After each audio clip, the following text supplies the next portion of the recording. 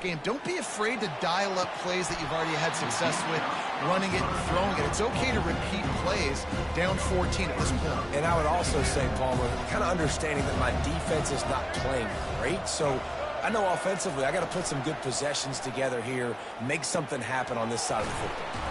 Quick strike complete. And he surges up to the 36-yard line, and they'll move the chains. The offense set for a first down play. Wide out in motion. Looking to throw, it's Jordan. He makes the connection. And the defense had that one well covered, just a short game there. Well, the defense playing zone coverage there. They're taking away all of the QB's primary options down the field, so he has to check it down to the drag running underneath. The play action fake. Fires to the middle. Almost intercepted. It'll fall incomplete. The defense almost came up with a turnover. Well, the defense just did the quarterback a massive favor. That's the nicest thing they've done to him all game. They've already picked him off twice. That should have been number 3. Finds his back in the middle. And they wrap him up, but not before he's got enough for the first down. The Gators are on the move. Going up top on first down. Fires to the big fella. Coming into this one, I thought this guy was going to be a monster. He was going to put up huge numbers. We know this is a big part of the offense week in, week out. The defense has done a great job clamping down on him. That is only his second catch so far in this game. At the 35, he's got room. And he's got enough for a first down. Now to see if they have enough time to snap it again here in the third.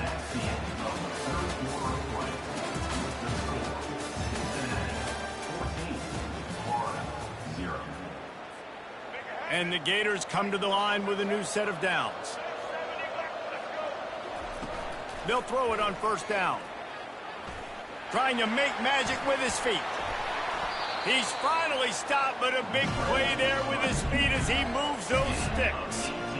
Man, how tough is this guy to defend? He drops back, everything tells you pass, and then he scrambles and gets the first down. Just so hard to defend. He'll set up to throw. Using his feet to buy time. And he rolls into the house. Touchdown, Gator! Before that score, considering last rites, now all of a sudden, they're not dead yet. In fact, they're feeling much better, and they're alive, and they've got a chance. And I'm looking on the field right now. I'm looking at their sideline. They're energized, Reese. After that last score, all of a sudden, they believe they can come back and win this game. This is a totally different looking team than what we saw earlier. He makes his way in for the 2, and now they trail by only 6. They got one of the touchdowns they needed, and they'll try to get the ball back right now with the onside kick. That's why they call them the hands team. They're able to secure the onside kick.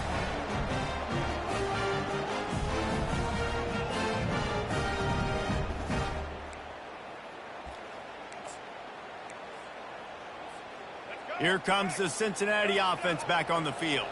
After standing on the sideline and watching that long touchdown drive, they really need to put something together to give their defense a rest. And that's a real thing, man. Like, you played a lot of plays, you get worn out, you need a chance to go decompress on the sideline, get some oxygen. Palmer, now it's on this offense. Yeah, this is the definition of complementary football because it's a two-pronged problem. You've got to score points and answer, but you've also got to take your time and give your defense an opportunity to get their win. And this one's not working. He'll just throw it away. Know the situation, know the game of football, right? When I start to get outside the pocket, I don't see anything there. I can throw the ball away. I don't have to take a sack, get a lost yardage play. I can just throw the ball out of bounds. He's off to the races. And you can see the offense just feeling itself. They've got it down to the 21. And the Bearcats are in the hurry-up. Nice job executing the 4-minute offense. You know, they practice this throughout the week, having a lead late in the game, running plays to just get enough to get first downs to stay on the field, and they are executing this 4-minute offense to perfection. After the quarterback and receiver failed to hook up, they'll try it again on second down. They'll keep it on the ground, trying to milk the clock. And he was able to shed a tackle and pick up the first down before they finally get him on the ground. No reason to rush here. You want to be efficient, you want to finish the deal, but you might as well milk that clock. 100%. Make it tick. The clock is your friend. You've got the lead. You've got the football in good position. Hang on to it and milk that clock. Looking downfield, it's Jordan. Gets it to the back. They'll get it down to the 8-yard line on that throw and catch, and the defense is backed up against the wall. Calling a timeout here, you have to avoid making a mistake in this situation. Motion from the offense. On second down, looking to throw. Fires into the end zone. And it's incomplete as he was trying to finish the drive with a score. You simply don't see that very often. A quarterback of this guy's caliber missing a guy wide open in the end zone. He makes those throws in his sleep. They want to dance their way in on 3rd and goal. And he's able to shed one tackle, but still just a very short gain. Quick timeout from the offense to save precious seconds. So here we are on 4th down, and this field goal kicker is going to face all the pressure in the world. Splits the uprights, it's good. You know, it's funny, in an age where there's so many college football analytics and everybody wants to go for it on 4th down, at the end of the day, it still comes down to managing the game. Good decision by the head coach here in the 4th quarter. By kicking that field goal, you've now made it a 2-possession game. Your chances of winning this thing have now gone way up.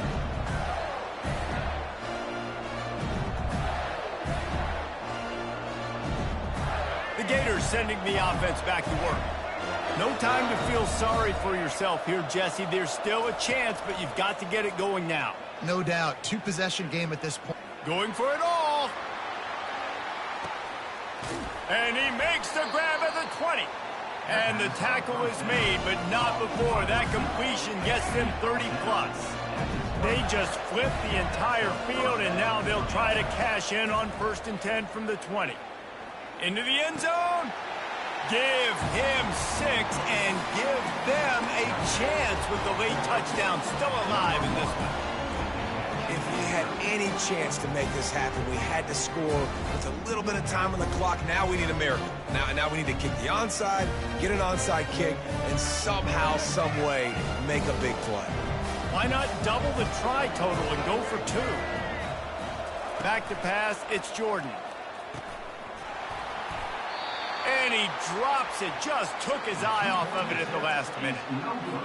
Time is of the essence, just under a minute to go as they line up for the onside kick. Not much drives more anxiety than waiting to see if the hands team can corral the onside kick, and they do. The officials offer the deal, and the coach accepts it. They will take the penalty. The Bearcats will try to run out the clock in the final minute. On the move. Discards a man.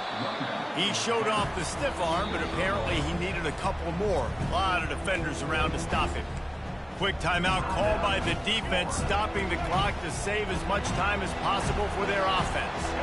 You got to believe they just want to run it, take care of the football, and keep that clock moving on 2nd and 9. And just wedges it ahead a bit before he's brought down. Timeout is called, and it's the defense wanting to make sure that everyone's on the same page for this big down.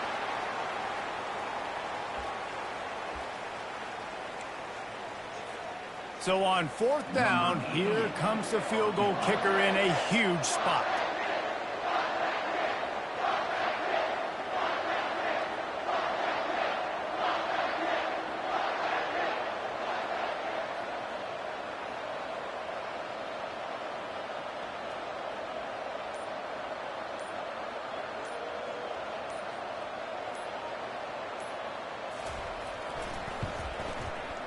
He boomed it through, a 50-yard field goal showing off that powerful leg.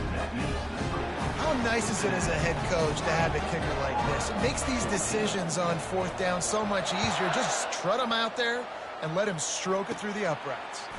Looking for daylight from inside his 20. And the returner will be brought down. They've got to move quickly here. Still a chance, but they've got to force the ball down the field.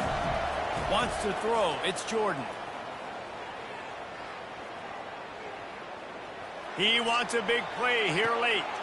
And that is interception number 3 on the day. Trying to take it back. He's at the 30. The 10.